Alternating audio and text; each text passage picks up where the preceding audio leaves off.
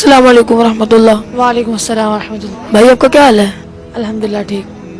بھائی آپ کہاں جا رہے ہیں؟ میں فیملی کے ساتھ گاؤں جا رہا ہوں۔ کیا آپ کو معلوم نہیں کہ سفر کا مہینہ شروع ہو چکا ہے؟ نہ تو اس مہینے میں سفر کرتے ہیں اور نہ کوئی کاروبار وغیرہ شروع کرتے ہیں۔ معاذ بھائی، کیا میں اس بات کی وجہ جان سکتا ہوں؟ وجہ تو مجھے بھی نہیں معلوم، لیکن میری والدہ اور خاندان کے دیگر بزرگ ایسا کہا کرتے تھے کیونکہ سفر کا مہینہ شروع ہو چکا ہے، شاید وہ اس مہینے کی نوست کی وجہ سے منع کرتے ہوں۔ معاذ بھائی، ہمارا دن کیل وکال شہید کا نام نہیں۔ اگر آپ کو اس بارے میں صحیح معلومات نہیں تو ہم اسلامک سینٹر میں مفتی صاحب سے اس بارے میں رہنمائی لیتے ہیں تاکہ میں سفر کرنے یا نہ کرنے کا ارادہ کر سکوں۔ جی بالکل، آپ نے درست کہا، چلیں۔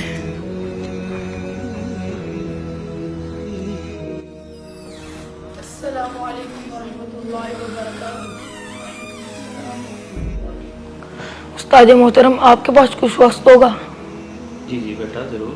استاد محترم، یہ میرے بھائی یہ سفر کے لیے جا رہے تھے اور میں نے سنا ہوا ہے کہ سفر کے مہینے میں نہ تو کوئی سفر وغیرہ کرتے ہیں اور نہ ہی کوئی کاروبار یا شادی وغیرہ شروع کرتے ہیں، تو شیخ صاحب آپ کوئی ہمیں اس کے بارے میں معلومات دے دیں۔ اچھا بیٹا ضرور، میں آپ کی رہنمائی کرتا ہوں اس بارے میں۔ دیکھیں معاذ بیٹا، کوئی بھی بندہ جب کوئی کام کرنا چاہتا ہے نا تو وہ چاہتا ہے کہ مجھے کام کرنے سے پہلے ہی اس کام کے نتیجے کے بارے میں پتہ چل جائے، مجھے پتہ چل جائے کہ یہ کام میرے لیے اچھا ہے یا اچھا نہیں ہے۔ اور اس کے لیے لوگوں نے نا مختلف طریقے بنا رکھے ہیں، اپنے مفروضے بنا رکھے ہیں۔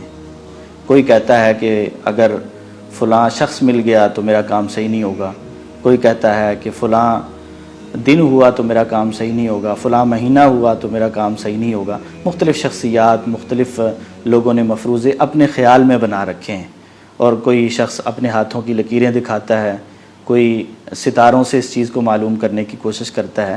تو یہ سارے وہ نظریات ہیں جو جاہلیت کے دور میں موجود تھے اور اللہ کے رسول نے ان سے منع کیا۔ اللہ کے رسول نے نا اس طرح کی چیزوں سے منع کیا ہے، اور آپ نے فرمایا لا عدوى ولا طیارۃ ولا حامہ ولا سفر، کہ سفر کے مہینے میں کوئی نحوست نہیں ہے۔ دور جاہلیت میں اس کو منحوس سمجھا جاتا تھا، لوگ یہی کہتے تھے کہ اس میں شادی نہیں کرنی چاہیے، اس میں سفر نہیں کرنا چاہیے، اس میں تجارت کاروبار نہیں کرنا چاہیے، کوئی بھی کام شروع نہیں کرنا چاہیے کہ وہ صحیح نہیں ہوگا۔ لیکن اسلام نے اس بات کی نفی کی ہے۔ اسلام کی نظر میں سال کے 12 مہینوں میں سے کوئی ایک دن اور ایک لمحہ بھی ایسا نہیں ہے کہ جو منحوس ہو اور جس میں کوئی کام نہ کیا جا سکتا ہو، الا یہ کہ جہاں انسان پہ کوئی پابندی لگا دی گئی کہ آپ نے فلاں موقع پر فلاں کام نہیں کرنا۔ تو اس کے علاوہ نحوست کے تصور سے کوئی ایسی چیز اسلام میں موجود نہیں ہے کہ جو کسی کام کے کرنے یا کسی کام سے روکنے کا باعث بنتی ہو۔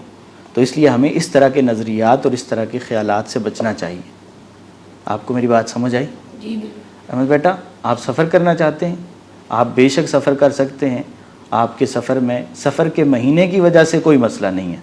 ہاں، اس بندے کو فکر کرنی چاہیے جو نافرمانی کے لیے، گناہ کے لیے سفر کر رہا ہے یا کوئی گناہ کا کام کرنا چاہیے، تو اس کے لیے تو ہر وقت ہی پھر ان چیزوں سے رکنا ضروری ہے۔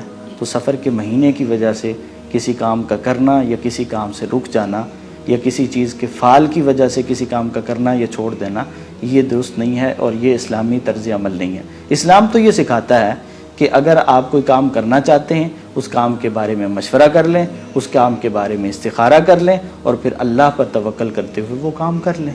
تو اگر آپ سفر کرنا چاہتے ہیں، آپ نے مشورہ کیا ہے بڑوں سے، گھر والوں سے اجازت مانگی ہے؟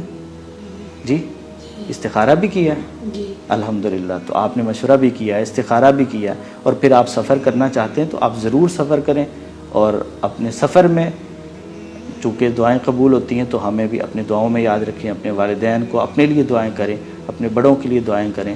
سفر انسان کو ایسے نافرمانیوں میں نہیں گزارنا چاہیے بلکہ دعاؤں میں گزارنا چاہیے۔ اللہ تعالیٰ آپ کا سفر آسان فرمائے۔